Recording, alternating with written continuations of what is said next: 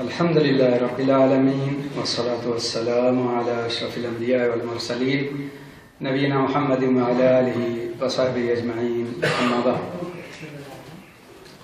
قال اللہ تعالی فی القرآن المجید اعوذ باللہ من الشیطان الرجیم لیس کمثلہ شیء وہو السمیع البصیر۔ ہم لوگ شیخ الاسلام امام ابن تیمیہ کی کتاب العقیدۃ الواسطیہ پڑھ رہے ہیں، بلکہ اس کی مختصر شرح جو شیخ سعید بن علی القحطانی نے کی ہے، اسی کی روشنی میں ہم لوگ عقیدہ واسطیہ پڑھ رہے ہیں۔ عقیدہ چونکہ ہماری زندگی میں بہت اہم اور ضروری ہے، اس لیے ہماری خواہش ہوتی ہے کہ ضرور عقیدے کی باتیں ہوں اور ہمارے عقیدے کی اصلاح ہو اور ہم صحیح العقیدہ مسلمان جئیں رہیں زندگی گزاریں اور اسی پر ہماری موت ہو۔ تو آج کا درس صفحہ 30 پہ نفی و اثبات میں اہل سنت و جماعت کا طریقہ کار کا۔ اہل سنت و جماعت نفی اور اثبات میں کیا کرتے ہیں؟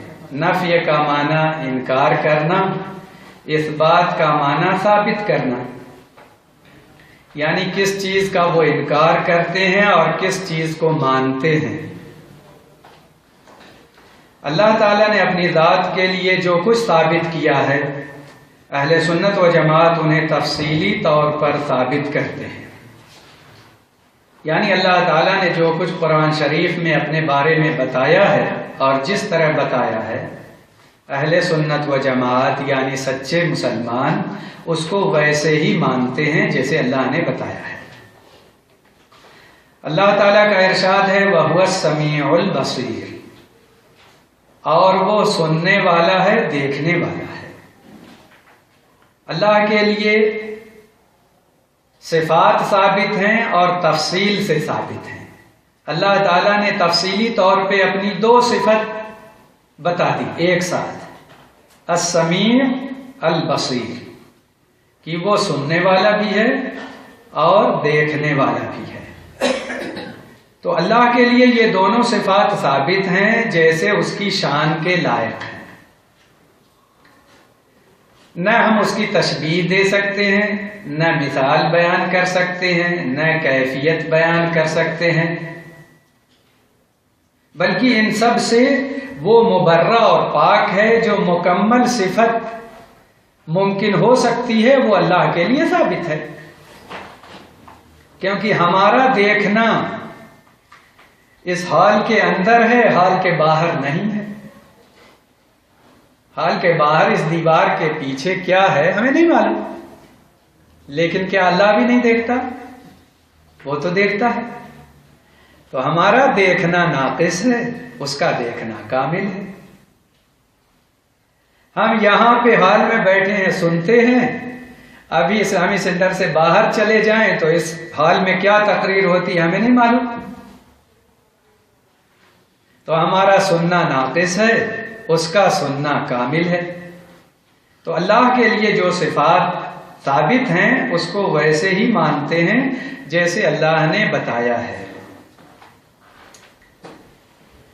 اللہ تعالیٰ نے اپنی ذات کے لیے جو کچھ ثابت کیا ہے، یا رسول اللہ صلی اللہ علیہ وسلم نے اللہ کے لیے جو کچھ ثابت کیا ہے، اہل سنت و جماعت انہیں اسی طرح مانتے ہیں، ثابت کرتے ہیں جو اللہ کے شایان شان ہے، یعنی اللہ کی شان کے مطابق۔ اسی طرح اللہ نے اپنی ذات سے جن چیزوں کی نفی کی ہے، یا رسول اللہ صلی اللہ علیہ وسلم نے اللہ کی ذات سے جن چیزوں کی نفی کی ہے، اہل سنت و جماعت غالباً اجمالی طور پر اللہ کی ذات سے ان چیزوں کی نفی کرتے ہیں۔ یعنی جو چیزیں اللہ نے ثابت کی ہیں اپنے لیے، یا رسول اللہ صلی اللہ علیہ وسلم نے بتائی ہیں اللہ کے لیے، اس کو اللہ کی شان کے مطابق مانتے ہیں، اور جن چیزوں کا اپنی ذات سے انکار کیا ہے اللہ نے یا رسول اللہ صلی اللہ علیہ وسلم نے اللہ کے لیے، ہم اس کا انکار کرتے ہیں۔ جیسے آیت ذکر کی لیس کمثلہ شیء، اس کے مثل کوئی چیز نہیں۔ اللہ تعالیٰ نے مثلیت کا انکار کر دیا کہ اللہ کے مثل، اللہ کے جیسی کوئی چیز نہیں ہے۔ تو ہم بھی انکار کرتے ہیں اور کہتے ہیں اللہ کے جیسی کوئی چیز نہیں، اللہ کے مثل کوئی چیز نہیں۔ لیکن گزشتہ درس میں جیسے میں نے ذکر کیا تھا کہ بعض مسلمانوں تک کا یہ عقیدہ ہو گیا وحدت الوجود کا یا حلول کا یا اتحاد کا۔ تو یہ کیا چیز ہے؟ اگر اللہ کے جیسی کوئی چیز نہیں ہے تو تم کیسے کہہ سکتے ہو جو اللہ ہے وہی بندہ ہے، وہی فلاں چیز ہے، وہی فلاں چیز ہے، اور اس کائنات میں اللہ کے سوا کوئی دوسرا نہیں؟ تب تو تم نے اللہ کے مثل سب کو بنا دیا، اور اللہ نے کہا کہ اس کے جیسا کوئی نہیں ہے۔ تو اس عقیدے کے فساد کے لیے یہی کافی ہے، یہی آیت کہ اللہ نے کہا اس کے مثل کوئی نہیں۔ تو بعض لوگ یہ کہنے لگے کہ اس کائنات میں جو کچھ ہے صرف وہی ہے، یعنی وہی اللہ ہے، اللہ میں اور بندوں میں کوئی فرق نہیں، جو اللہ ہے وہی بندہ، جو بندہ ہے وہی اللہ۔ یہ سب کفریہ عقیدہ ہے۔ افسوس کی بات، مسلمان کیسے ان فساد عقیدہ کا شکار ہو گئے اور سمجھنے کی کوشش بھی نہیں کرتے۔ جانتے ہیں اس کی وجہ؟ اس کی بڑی وجہ منطق اور فلسفہ پڑھنا ہے۔ منطق اور فلسفہ پڑھ کر کے یہ لوگ راستے سے بھٹک گئے، اصل کتاب و سنت کے جو دلائل ہیں ان پہ انہوں نے غور نہیں کیا۔ ان دلائل پہ آپ غور کریں گے تو آپ کو صحیح عقیدہ معلوم ہوگا۔ منطق اور فلسفے سے انسان گمراہ ہو جاتا ہے، بلکہ یہ مثل مشہور ہو گئی، من تمنطق تزندق، جس نے منطق اختیار کی وہ زندیق ہو گیا، کیونکہ وہاں دلیل کا گزر نہیں، وہاں تو تکے بازی ہے، ایسا ہوگا تو ایسا ہوگا، ایسا ہوگا تو ویسا ہوگا، ایسا ہوگا تو ویسے ہوگا، پھر نتیجہ نکال کر کے کہتے ہیں ہاں ایسا ہوگا۔ اسلام اس کا نام تو نہیں ہے۔ اسلام تو وہ ہے جو قرآن شریف میں لکھا ہے اور جو نبی صلی اللہ علیہ وسلم کی صحیح حدیثوں میں لکھا ہے۔ یہ تکے بازی کیا چیز ہے؟ تو منطق میں یہی سب بات کرنے کا سلیقہ سکھاتے ہیں کہ کس طرح تم لوگ اپنی بات ثابت کر دو، اوپر کر دو، چاہے وہ غلط ہی ہو۔ ہم کو یہ اسلام نہیں سکھاتا۔ اسلام یہ سکھاتا ہے کہ بات غلط ہے ہماری تو ہم مان لیں کہ ہاں غلط ہے، اور بات صحیح ہے دوسرے کی تو ہم مان لیں فلاں کی بات صحیح ہے۔ یہ اسلام ہے۔ یہ اسلام نہیں ہے کہ اپنی ہر بات صحیح ثابت کرو چاہے غلط ہو۔ اسلام اس کی تعلیم نہیں دیتا۔ اسلام سچائی کی تعلیم دیتا ہے، حق کی تعلیم دیتا ہے۔ تو اللہ تعالیٰ نے اپنی ذات سے مثلیت کا انکار کیا کہ اللہ کے مثل اور اللہ کے جیسا کوئی نہیں ہے، تو ہم بھی اس کو مانتے ہیں ویسے ہی جیسے اللہ نے بتایا ہے کہ اللہ کے جیسا کوئی نہیں، اور ہم کوئی ایسی بات نہیں کریں گے جس سے اللہ کے لیے مثال ثابت ہو۔ نفی کا تقاضا یہ ہے کہ اس کے برعکس کمال کو اللہ کے لیے ثابت کیا جائے۔ یعنی اللہ تعالیٰ نے کس چیز کا انکار کیا؟ مثلیت کا انکار کیا۔ کیوں؟ اس لیے کہ ساری کی ساری مخلوقات ہیں اور مخلوق کے اندر نقص ہے، عیب ہے، کمی ہے، اور اللہ تعالیٰ کمال سے متصف ہے، اس کے ہاں نقص اور عیب نہیں ہے۔ تو جب نفی ثابت کی جائے گی تو اللہ کے لیے کمال ثابت کیا جائے گا کہ اللہ تعالیٰ کامل و مکمل ہے ہر چیز میں، اپنی ہر صفت میں، اور اس کے اندر نقص کا گزر نہیں۔ یہ سب نقص اور عیب یہ مخلوق کی صفت ہے، اللہ کی نہیں ہے۔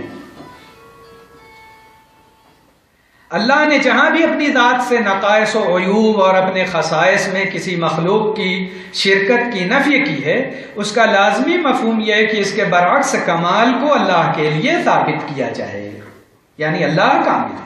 اللہ عز و جل نے اجمالی نفی اور تفصیلی اس بات کو ایک ہی آیت میں اکٹھا کیا ہے، جیسا کہ ارشاد ہے لیس کمثلہ شیء وہو السمیع البصیر، اس کے جیسی کوئی چیز نہیں، وہ سننے والا اور دیکھنے والا۔ لیس کمثلہ شیء، اس کے مثل کوئی چیز نہیں، یہ اجمالی نفی ہے، تفصیل نہیں ہے اس میں، لیکن مختصراً اجمالی طور پہ یہ بتا دیا گیا کہ اللہ کے مثل کچھ نہیں۔ تو اجمالی طور پر نفی ثابت ہے اور تفصیلی طور پر اللہ کے لیے صفات ثابت کیا ہے اللہ نے خود، وَهُوَ السَّمِيعُ الْبَصِيرُ، کہ اللہ سننے والا اور دیکھنے والا۔ اس آیت کریمہ میں اس بات کی صراحت ہے کہ اللہ تعالیٰ اپنی ذات، صفات اور افعال میں اپنی مخلوق کی مشابہت سے منزہ اور پاک ہے۔ اللہ تعالیٰ کسی مخلوق کے مشابہ نہیں ہے، وہ اس سے مبرہ اور پاک ہے، کیونکہ نہ اللہ کے مثل کوئی ہے نہ اس کی صفات کے مثل کوئی ہے۔ اللہ تعالیٰ اپنی ذات میں بھی یکتا ہے، اپنے ناموں میں بھی یکتا ہے اور اپنی صفات میں بھی اکیلا ہے، اس کا کوئی دوسرا شریک نہیں ہے۔ اور آغاز میں لیس کمثلہ شیء، اللہ کے مثل کوئی چیز نہیں کہہ کر فرقہ مشبہہ کے عقیدہ کی، اور آخر میں وَهُوَ السَّمِيعُ الْبَصِيرُ، وہ سننے والا دیکھنے والا ہے کہہ کر فرقہ معطلہ کی تردید کی گئی ہے۔ کہ اسی آیت میں، ایک ہی آیت میں اللہ تعالیٰ نے کہہ دیا لیس کمثلہ شیء، اللہ کے مثل کوئی چیز نہیں، تو اس میں ان لوگوں کی تردید ہے جو اللہ کی مثال بیان کرتے ہیں یا اللہ کو تشبیہ دیتے ہیں، ان کی اس میں تردید ہے۔ وَهُوَ السَّمِيعُ الْبَصِيرُ، وہ سننے والا اور دیکھنے والا ہے، ان دونوں الفاظ سے فرقہ معطلہ کی تردید ہو رہی ہے جو جہمیہ کہتے ہیں۔ جہمیہ جو اللہ کی صفات کو نہیں مانتے، ان کی اس میں تردید ہے، کیونکہ اللہ نے اپنی صفت بیان کی ہے کہ وہ سننے والا ہے، دیکھنے والا ہے، اور وہ لوگ اس صفت کو نہیں مانتے۔ معطلہ کا ذکر گزشتہ درس میں ہوا تھا، ان کی تردید ہو رہی ہے کیونکہ وہ لوگ اللہ کے لیے صفات نہیں مانتے۔ تو اس آیت میں وَهُوَ السَّمِيعُ الْبَصِيرُ کہہ کر کے اللہ نے اس کا رد کیا ہے ان لوگوں کا جو لوگ اللہ کے لیے مثال دیتے ہیں یا تشبیہ دیتے ہیں۔ اسی طرح آیت کے شروع میں نفی مجمل ہے اور آخر میں اس بات مفصل۔ اسی طرح آیت کریمہ میں فرقہ اشاعرہ کے عقیدہ کی تردید ہے جو بعض صفات کو مانتے ہیں اور بعض صفات کی نفی کرتے ہیں۔ یہ سب فرقے اسلام کے نام پر وجود میں آئے ہیں۔ اشاعرہ، اشعری کی جمع ہے اشاعرہ، یہ لوگ امام ابو الحسن اشعری کو مانتے ہیں۔ فرقہ اشاعرہ جن کو اشاعرہ کہا جاتا ہے، یہ امام ابو الحسن اشعری کے ماننے والے ہیں۔ اور ہمارے ملک میں جتنے حنفی ہیں، چاہے وہ دیوبندی ہوں، بریلوی ہوں، جتنے احناف ہیں وہ سب اشعری ہیں۔ اشعری اور فرقہ اشاعرہ یہ کیا ہے؟ یہ لوگ کیوں ابو الحسن اشعری کو ماننے والے ہیں؟ یہاں تک کہ میں کتاب پڑھنے لگا عقائد علماء دیوبند، تو اس عقیدے کی کتاب میں شروع میں پہلے ہی صفحے پر لکھا ہوا ہے، آپ لوگ وہ کتاب علماء دیوبند کی بڑی معتبر کتاب ہے، عقائد علماء دیوبند، پتلی سی ہے، اور اخیر میں تقریباً 80 حنفی علماء کی دستخط اور تصدیق ہے اس کتاب کے صحیح ہونے پر اور اس کی باتوں کے صحیح ہونے پر۔ اس میں اس کے لکھنے والے خلیل احمد سہارنپوری، انہوں نے لکھا ہے شروع ہی میں کہ ہم لوگ فقہی مسائل میں امام اعظم ابو حنیفہ کے پیروکار ہیں اور عقیدے میں ابو الحسن اشعری اور ابو منصور ماتریدی کے پیروکار ہیں، اور طریقت میں ہم کو انتساب حاصل ہے چشتی، قادری، سہروردی اور نقش بندی سے۔ وہ باقاعدہ بانٹے ہوئے ہیں، عقیدے میں امام اور ہیں، فقہ میں امام اور ہیں، طریقت میں امام اور ہیں۔ تو اس میں انہوں نے مولانا خلیل احمد سہارنپوری نے عقائد علماء دیوبند میں لکھا ہے کہ ہم عقیدے میں ابو الحسن اشعری کے ماننے والے ہیں اور ابو منصور ماتریدی کے ماننے والے ہیں۔ کیوں بھائی؟ اگر آپ امام ابو حنیفہ رحمہ اللہ کو اپنا امام مانتے ہیں اور پوری دنیا میں یہی لوگ جانتے ہیں کہ آپ کے امام ابو حنیفہ ہیں، یہی اعلان ہوتا ہے، یہی شور ہوتا ہے، تو عقیدے میں کیوں نہیں مانتے؟ کیا امام ابو حنیفہ کا عقیدہ غلط تھا؟ کیوں ان کو امام چھوڑ دیے اور دوسرے کو امام بنا لیے؟ کیونکہ امام ابو حنیفہ اہل سنت والجماعت کے امام ہیں، ان کا عقیدہ وہی ہے جو سلف صالحین اور صحابہ کرام کا عقیدہ تھا، اور جو رسول اللہ صلی اللہ علیہ وسلم کا عقیدہ تھا، اور جو ان تمام مسلمانوں کا عقیدہ ہے جو اہل سنت والجماعت ہیں۔ امام ابو حنیفہ کا عقیدہ بالکل درست تھا۔ معلوم نہیں ہر صحیح کام سے دشمنی کیوں ہے کہ امام حنیفہ رحمہ اللہ کا عقیدہ صحیح ہوا تو نہیں مانیں گے، اور جس چیز میں غلطی ہوئی اس کو مان لیں گے۔ امام ابو حنیفہ رحمہ اللہ اہل سنت والجماعت کے بڑے عالم تھے، امام تھے، فقہ کے اصل میں وہ امام تھے، وہ امام تھے دراصل فقہ کے، فقہی مسائل کے، مگر ان کا عقیدہ وہی تھا جو نبی صلی اللہ علیہ وسلم اور صحابہ کا اور تابعین کا عقیدہ تھا، یعنی اہل سنت والجماعت کا عقیدہ تھا ان کا۔ تو ہمارے ہاں کے وہ لوگ اس کو نہیں مانتے اور کہتے ہیں کہ ہم اشعری اور ماتریدی ہیں۔ کیوں بھائی اشعری ماتریدی ہو؟ یہ امام الگ کیوں بنا لیے، بانٹ کیوں لیے؟ جبکہ امام ابو الحسن اشعری رحمہ اللہ کا پہلے عقیدہ یہ تھا کہ اللہ کی کچھ صفات کو مانیں گے، کچھ صفات کو نہیں مانیں گے۔ تو 7 صفات کو وہ مانتے تھے۔ وہ 7 صفات کیا ہیں؟ حیات، یعنی اللہ کے لیے حیات اور زندگی، علم، اللہ کے لیے علم، قدرت، اللہ کے لیے قدرت، ارادہ، اللہ کے لیے ارادہ، سمع، اللہ کے لیے سننا، بصر، اللہ کے لیے دیکھنا، کلام، اللہ کے لیے بات کرنا۔ یہ 7 صفات ہیں جو امام ابو الحسن اشعری مانتے تھے، تو ان کے پیروکار انہی 7 صفات کو مانتے ہیں، باقی صفات کو نہیں مانتے۔ پھر جب امام ابو الحسن اشعری کی دوسرے بڑے علماء سے ملاقات ہوئی اور گفتگو ہوئی اور مناظرہ ہوا، تو دوسرے علماء نے کہا کہ یہ تو انصاف کی بات نہیں کہ آپ کچھ صفات کو مانیں اور کچھ صفات کا انکار کریں۔ تو جب علماء نے ان پر آیات اور احادیث سے اللہ کی ساری صفات پیش کی تو ان کو بات سمجھ میں آ گئی، اور انہوں نے کہا کہ میرا خیال غلط تھا، اب میں تم لوگوں نے جو بیان کیا اسے تسلیم کرتا ہوں اور عقیدہ اہل سنت کو اختیار کرتا ہوں کہ اللہ کی ساری صفات جو اللہ نے بتائی ہیں قرآن شریف میں، یا رسول اللہ صلی اللہ علیہ وسلم نے اللہ کے بارے میں جو بتائی ہے، میں ان سب کو تسلیم کرتا ہوں، مانتا ہوں۔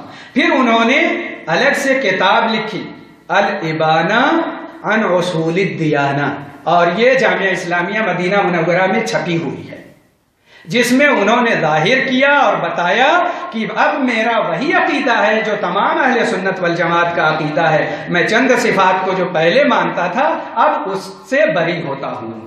لیکن ان کے ماننے والے ابھی اسی پرانی روش پہ قائم ہیں کہ اسی کو مانیں گے جو انہوں نے پہلے بتایا تھا، اور جب انہوں نے انکار کر دیا اور کہا کہ میں اسی راستے پر آتا ہوں تو اس کو لوگوں نے اختیار نہیں کیا، اور آج احناف سب انہی کو ماننے والے اور انہی کے عقیدے۔ اصلاً تو عقیدے کی کتاب پڑھاتے نہیں، اور پڑھائیں گے تو وہ جس میں فساد عقیدہ ہے، عقیدہ درست نہیں ہوگا تو کہاں سے آپ کے لیے خیر اور بھلائی اور اللہ کی رحمتیں اور نعمتیں اور اس کی رضامندی اور خوشنودی حاصل ہوں گی؟ تو اشاعرہ کا انہوں نے تذکرہ کیا کہ ان کی بھی اس آیت میں تردید ہے کہ اللہ تعالی نے اپنے لیے جب یہ بتا دیا کہ اس کے لیے فلاں فلاں چیزوں کی نفی ہے، فلاں فلاں چیزوں کا اثبات ہے، اور اللہ تعالیٰ نے اپنے لیے صفات ثابت کی ہیں اور اس کو ماننا ہے، تو کس بنیاد پہ آپ کچھ کو مانیں گے اور کچھ کو نہیں مانیں گے؟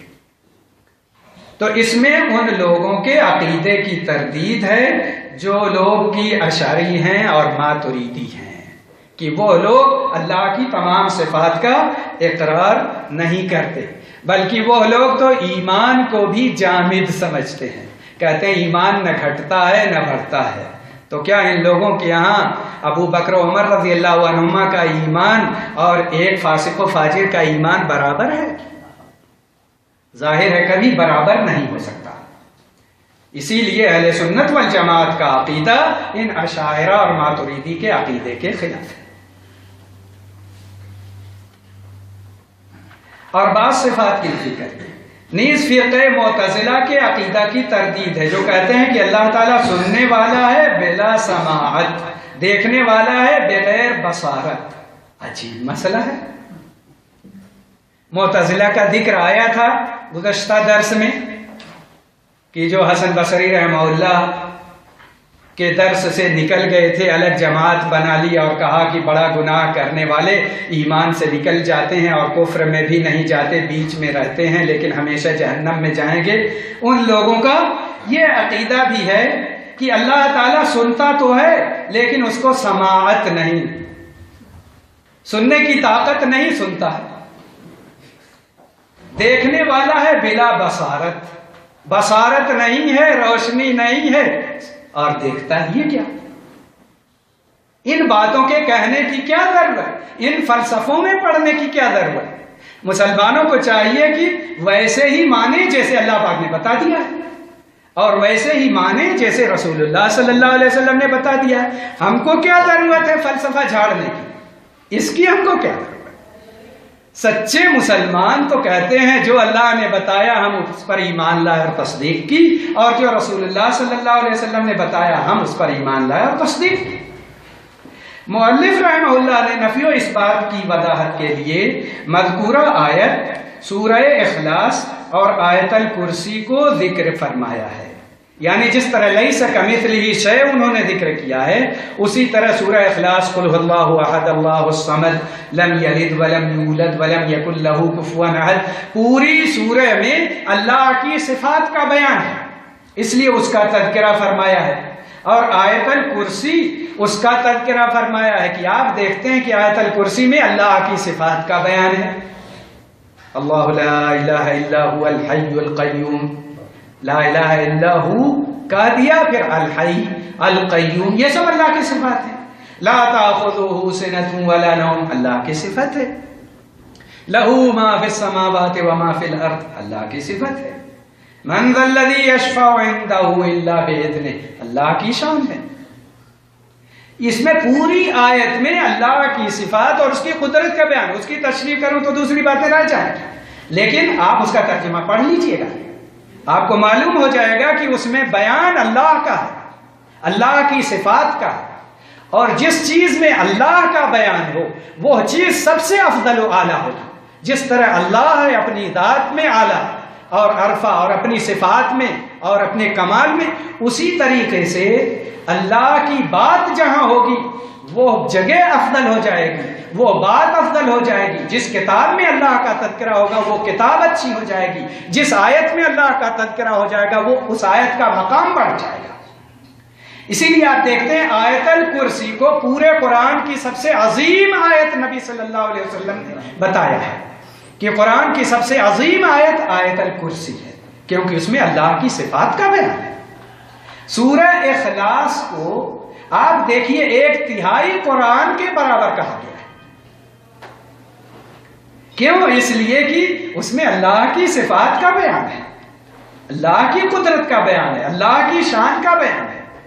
کیونکہ قرآن میں یا تو توحید کا بیان ہے، یا گزشتہ قوموں کے واقعات وغیرہ کا ذکر ہے، یا کچھ احکامات ذکر ہیں. یہی 3 چیزیں، یا تو توحید ہے، توحید و شرک کا بیان ہے، یا واقعات اور قوموں کا تذکرہ ہے، یا پھر کچھ احکامات آئے ہوئے ہیں.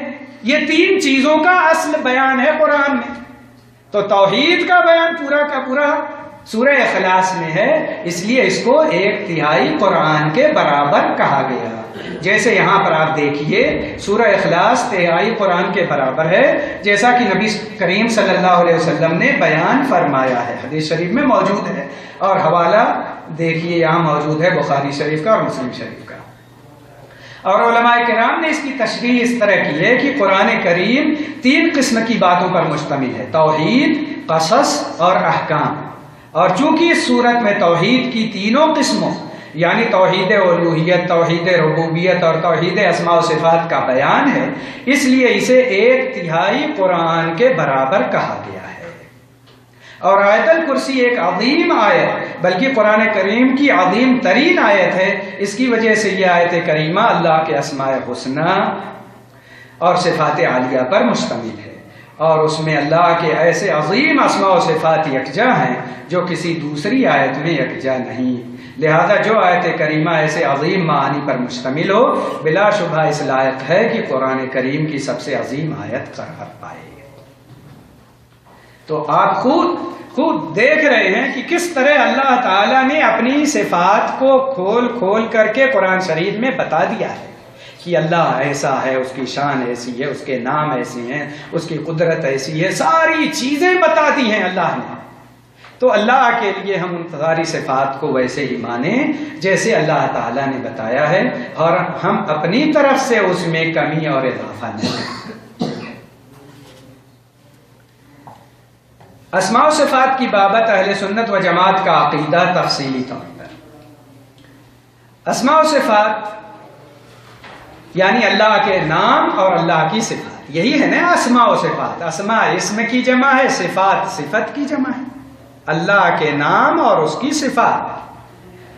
تو اسماء و صفات الہی کی بابت اہل سنت کا وہی عقیدہ ہے جو امت کے سلف صالحین رحمہم اللہ تعالی کا تھا. سلف صالحین سے مراد اول درجے پر صحابہ ہوتے ہیں، پھر تابعین و تبع تابعین. ان تینوں کا خاص طور سے تذکرہ سلف صالحین میں کیا جاتا ہے، صحابہ، تابعین اور تبع تابعین.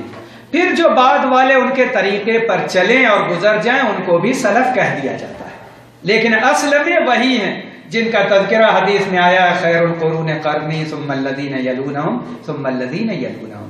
سب سے بہترین زمانہ میرا زمانہ ہے، یعنی نبی اور صحابہ کا، پھر جو اس کے بعد آئیں، پھر جو اس کے بعد ہیں، یعنی تابعین اور تبع تابعین.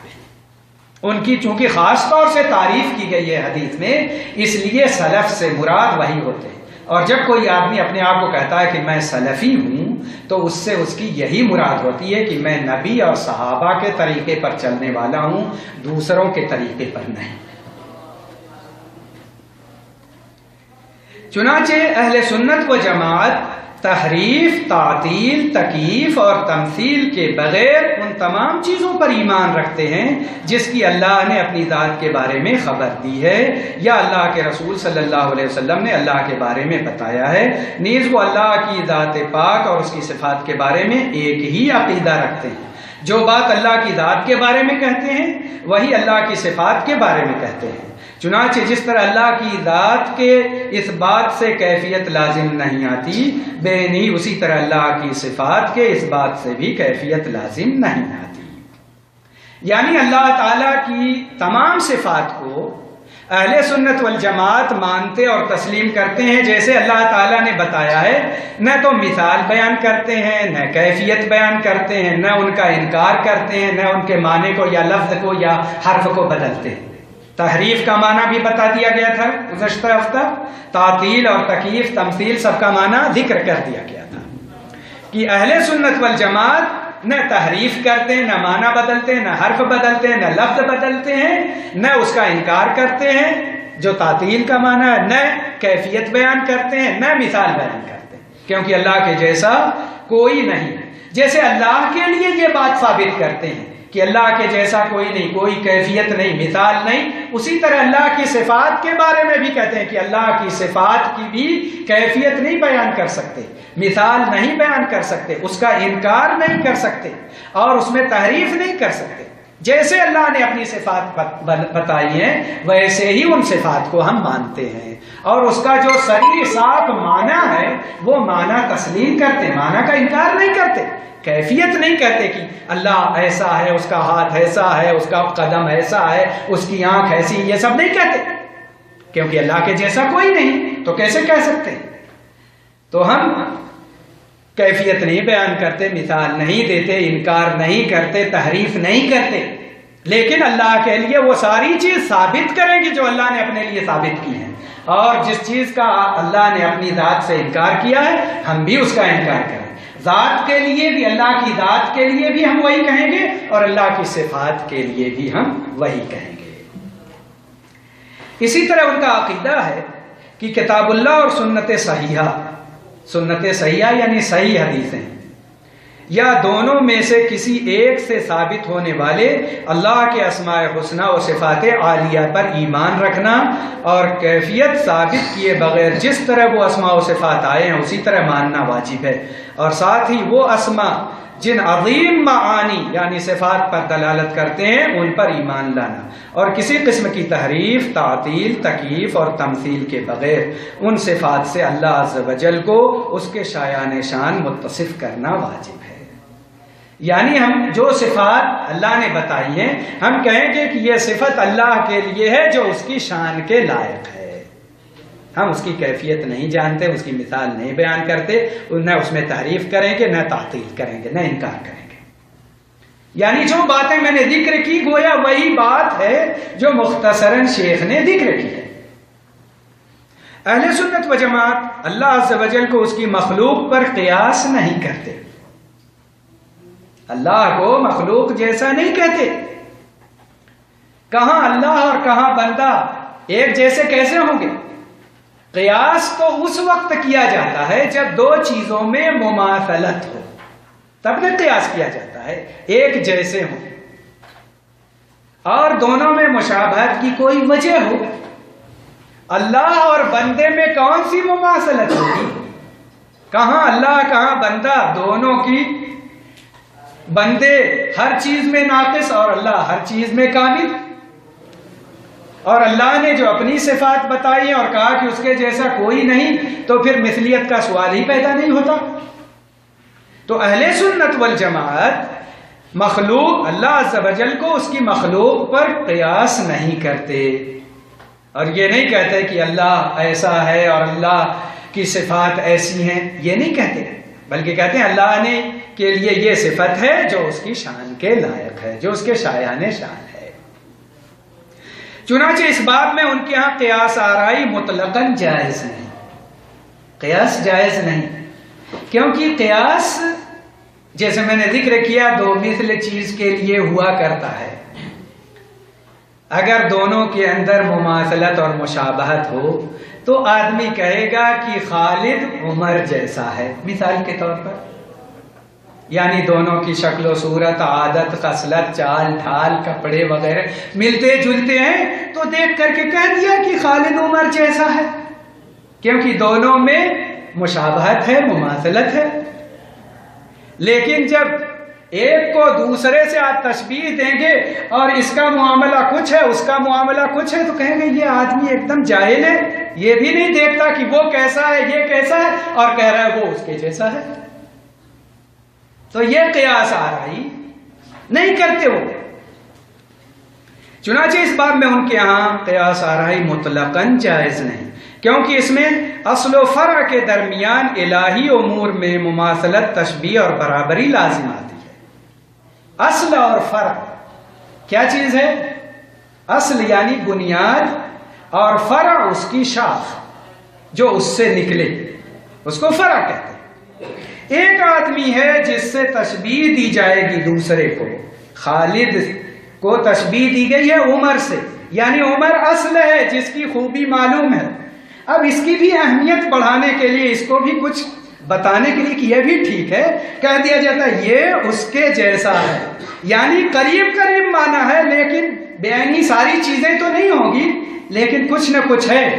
اسی لیے جس سے تشبیہ دی جاتی ہے وہ بہرحال افضل ہوتا ہے اس سے جس کو تشبیہ دی گئی ہے، وہ بہرحال جس سے تشبیہ دی گئی وہ افضل ہوتا ہے، تب کہا جاتا ہے وہ تو سارے لوگ جانتے ہیں، وہ تو یقینی بڑا اہم ہے، چلو اس کو بھی قریب قریب مانتے ہیں کیونکہ اس کے اندر بھی وہ صفات آ گئی ہیں۔ تو اللہ اور بندے کے درمیان اس طرح کی کوئی بات سوچ نہیں سکتے مسلمان، اس لیے یہاں تشبیہ کا اور تمثیل کا خیال پیدا نہیں ہو سکتا۔ بنا بری وہ اللہ کے حق میں نہ قیاس تشبیہ استعمال کرتے ہیں کہ تشبیہ نہیں دیتے، اور نہ ہی قیاس شمول۔ قیاس شمول کیا ہے؟ قیاس شمول یہ ہے کہ کوئی چیز خاص ہو تو اس کو عام چیزوں پر فٹ کر دیا جائے، پھر اس سے اس خاص کے لیے حکم لے لیا جائے۔ ایک معین چیز ہے، معین چیز اور اس کا معنی سارے لوگوں کے لیے عام کر دیا جائے، شامل ہو جائے سارے لوگوں کو، پھر اس کے بعد وہ صفت اس کے لیے بھی ثابت کر دی جائے۔ یہ ہے قیاس شمول۔ تو اللہ کے جیسا نہ کوئی خاص ہے نہ عام لوگ ہیں، اس لیے اللہ کے لیے قیاس شمول بھی نہیں کیا جا سکتا۔ یہ سب منطقی باتیں فاضل ہیں، لیکن اب لوگ جو ہے پریشان کرتے ہیں ہم لوگوں کو یہ سب باتیں بولنے پر، اس لیے مجبوراً سمجھانا پڑتا ہے، ورنہ ان سب باتوں کی ضرورت بھی نہیں کہ بعض لوگ اس طریقے سے قیاس کر کے وہ کیا کہتے ہیں کہ یہ معنی شامل ہے سارے لوگوں کو، تو پھر اس سے یہ معنی اس کے لیے ثابت ہوگا اور یہی معنی اس کے لیے ثابت ہوگا، کیونکہ یہ معنی عام ہو گیا، اور پھر اس کو خاص کر لیں گے فلاں کے لیے کہ یہ معنی اس کے لیے ثابت کر دیں گے اور فلاں کے لیے ثابت کر دیں گے۔ ان سب باتوں کی اللہ کے یہاں گنجائش نہیں۔ کیوں؟ اللہ کے لیے قیاس اولا ثابت کیا جائے گا، یعنی سب سے اعلیٰ مثال جس کا ذکر اللہ تعالیٰ نے کیا ہے، وَلِلَّهِ الْمَثَلُ الْأَعْلَى، اللہ کے لیے سب سے اعلیٰ و ارفع و افضل مثال ہے، یعنی اس کے لیے جو بات پیش کی جائے گی وہ سب سے اعلیٰ ہوگی، وہاں قیاس کا تصور نہیں اور کسی کے ساتھ ملاپ اور مشابہت کا خیال نہیں ہو سکتا۔ تو اسی لیے اللہ نے کہا اللہ کے لیے سب سے اعلیٰ مثال ہے کہ اس کے ہاں نقص اور عیب نہیں ہے۔ کوئی بھی صفت جو کسی کے لیے کمال بن سکتی ہے وہ اللہ کے لیے بدرجہ اولا ثابت ہوگی۔ مثال کے طور پہ علم آدمی کے لیے کمال کی صفت ہے، جہالت اس کا نقص ہے۔ جب کسی آدمی کو کہا جائے گا وہ علم والا ہے، وہ عالم ہے، تو اس کا معنی یہ ہوگا کہ اس کے اندر وہ خوبیاں اور کمال ہیں جو دوسرے لوگ اس سے متصف نہیں ہیں۔ تو علم یہ کمال کی صفت ہے، تو اللہ کے لیے بدرجہ اولا علم ثابت کیا جائے گا اور اس کے ہاں کوئی نقص اور عیب نہیں ہوگا۔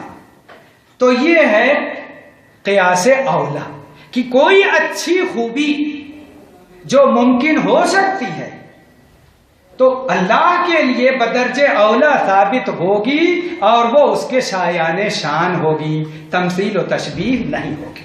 اس کو کہتے ہیں قیاس اولا، جس کا ذکر کیا اللہ نے، وَلِلَّهِ الْمَثَلُ الْأَعْلَى، اللہ کے لیے اعلیٰ مثال ہے، جس کا خلاصہ یہ ہے کہ ہر وصف کمال جس میں کسی قسم کا عیب و نقص نہ ہو، جو مخلوق کے لیے ثابت ہے، اللہ عز و جل بدرجہ اولا اس کا مستحق ہے، اور ہر عیب و نقص جس سے مخلوق منزہ ہے، اللہ سبحانہ و تعالی بدرجہ اولا اس سے منزہ اور پاک ہے۔ اگر کوئی چیز عیب کی ہے، نقص کی ہے، کمزوری کی ہے مخلوق کے لیے، تو اللہ بدرجہ اولا اس سے پاک ہے، اس عیب سے، اس کمزوری سے۔